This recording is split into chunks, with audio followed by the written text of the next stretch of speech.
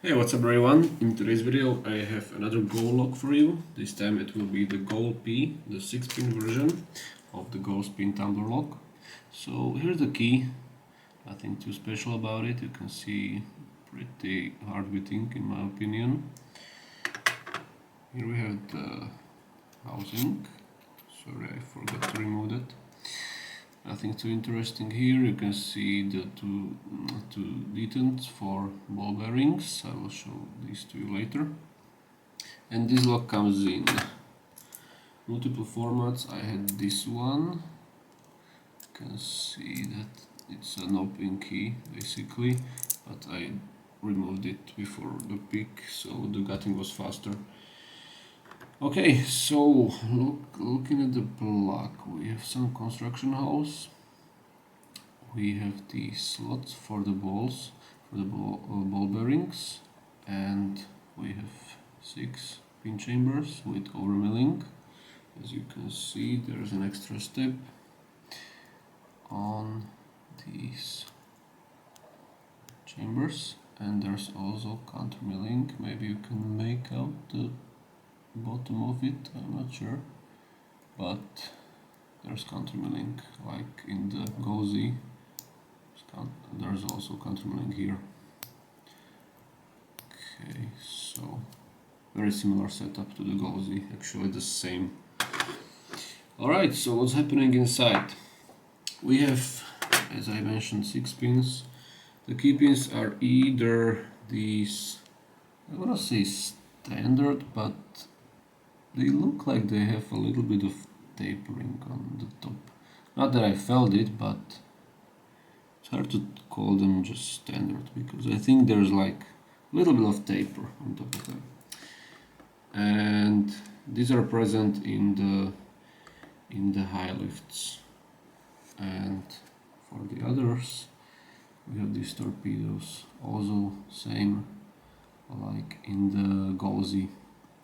So these torpedoes can get in theory overset and get trapped above the shear line because of their narrow neck, but I did not experience this, but I guess it can happen. And we have some familiar looking pins for the driver pins. So this lock can have a mixture of gin bottle spools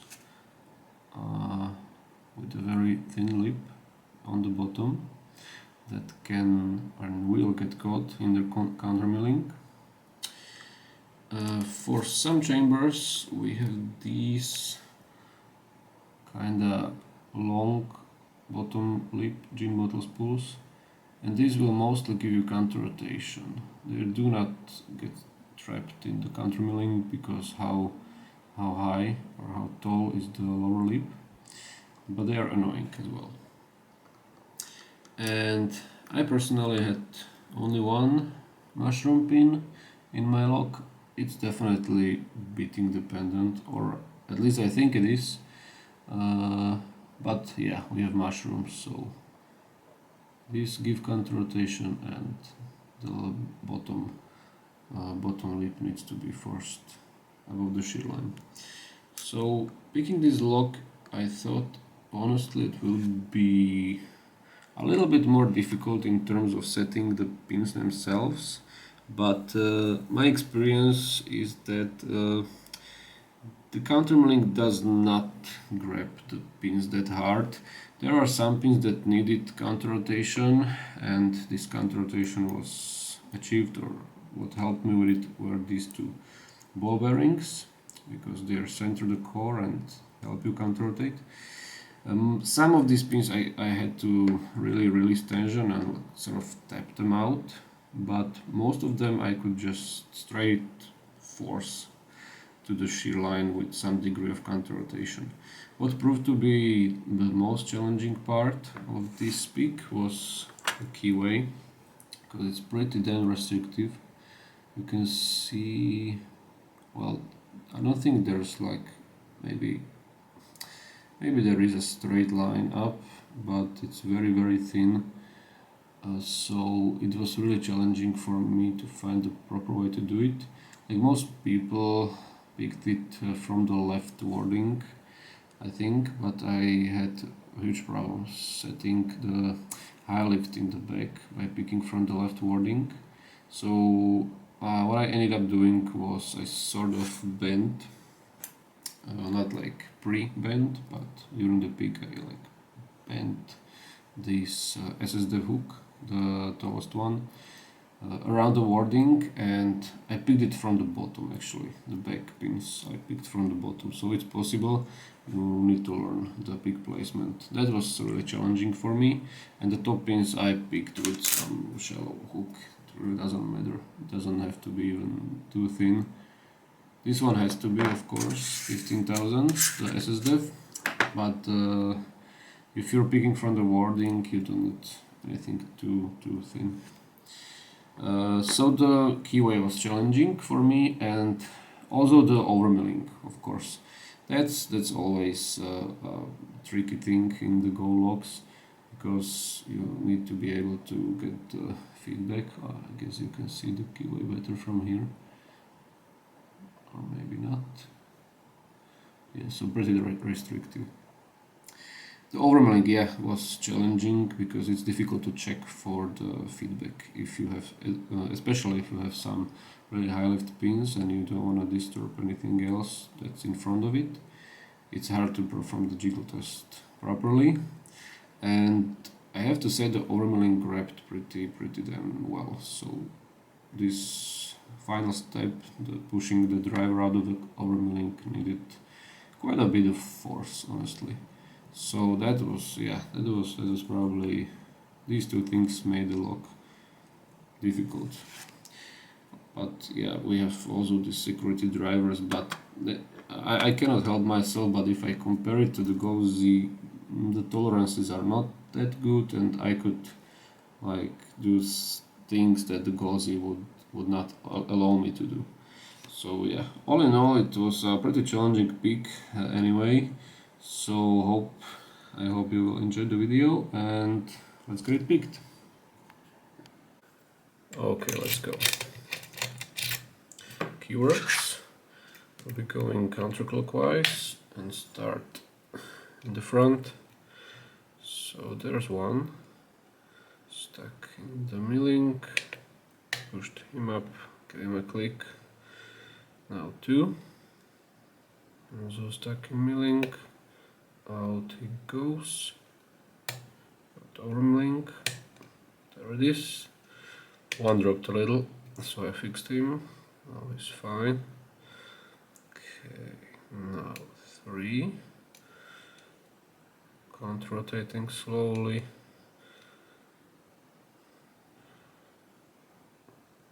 Up he goes.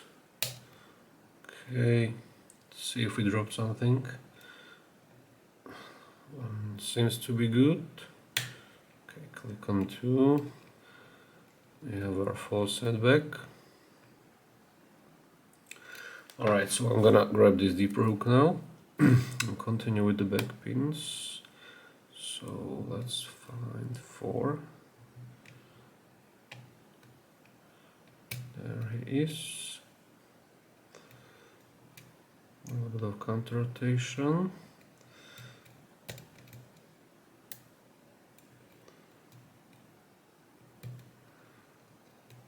And trying to locate him. It's not easy. Okay, click there. Let's check if we dropped something. Not one, not two, three, okay. These look fine to me. Okay, five. Really low lift. Okay, give him a click. Looks good.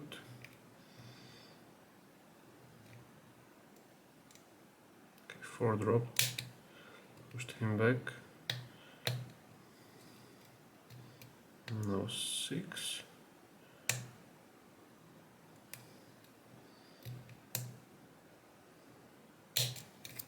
And open. Okay, let's cut this lock. Let's see what's inside.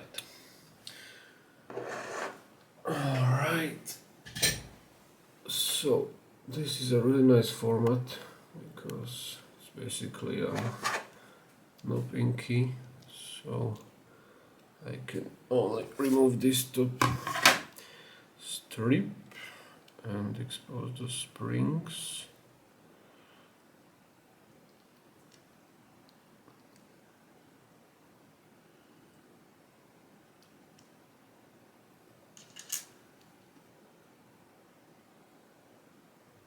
There.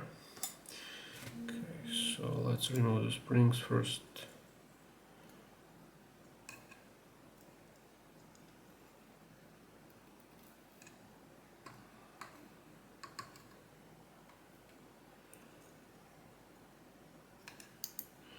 Okay, now the pins. Okay, so let's start from the back, why not? Okay, so there are 6.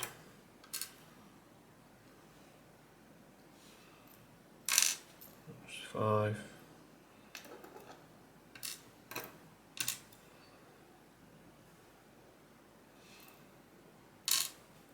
4.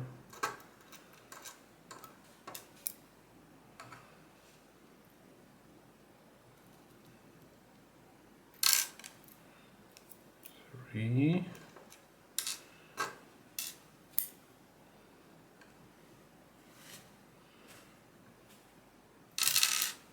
Oops. This is 2, I think. No, this is 2.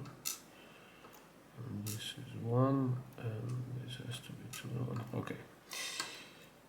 Hopefully I didn't mess this up. Anyway, with the springs out, and now there's like a tail cap, I guess. I need to push on these 2 little pins and remove it.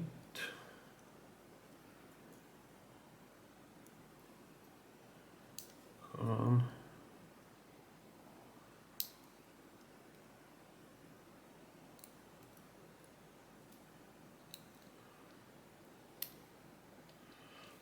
Okay. Lock is not cooperating for some reason.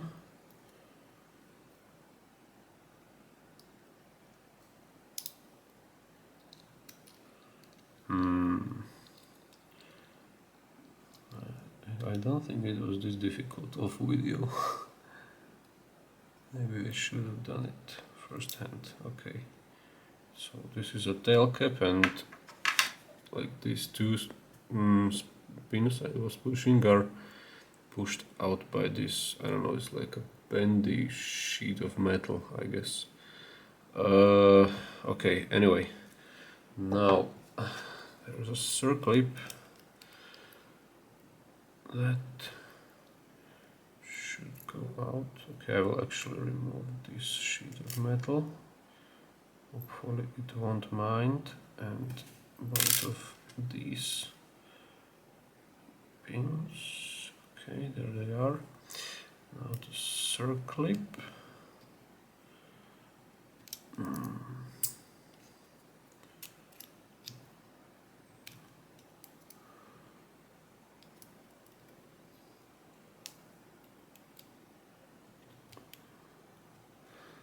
Very nice and smooth, as you can see.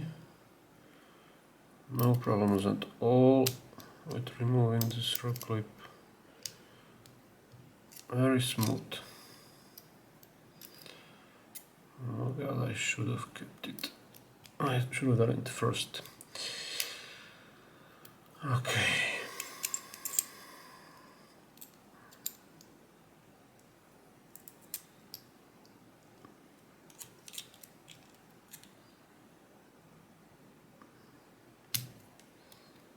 Is out. Alright, and now not to forget about these ball bearings, right?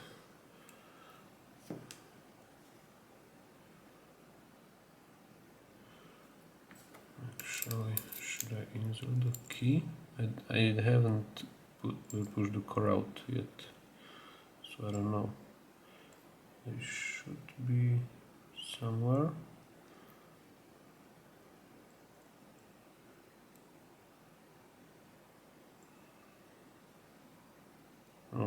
they are. Okay, I got them. Oh, perfect. So there is 1 and 2 and spring 1, spring 2. Perfect, with everything out. Nice. So we have the counter and overmilling in all of the chambers.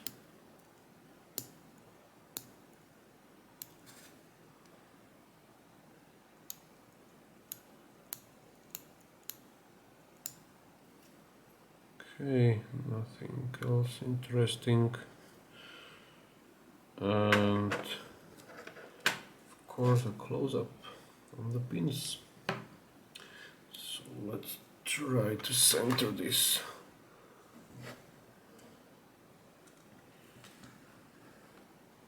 Somehow. And off we go.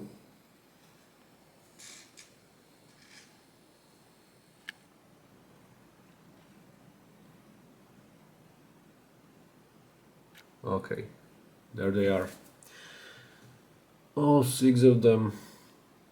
Mushrooms and gin bottle spools. Perfect. Okay. Nice. So, managed to get it without any serious injuries or surprises. So thank you for watching, guys, and yeah, see you next time.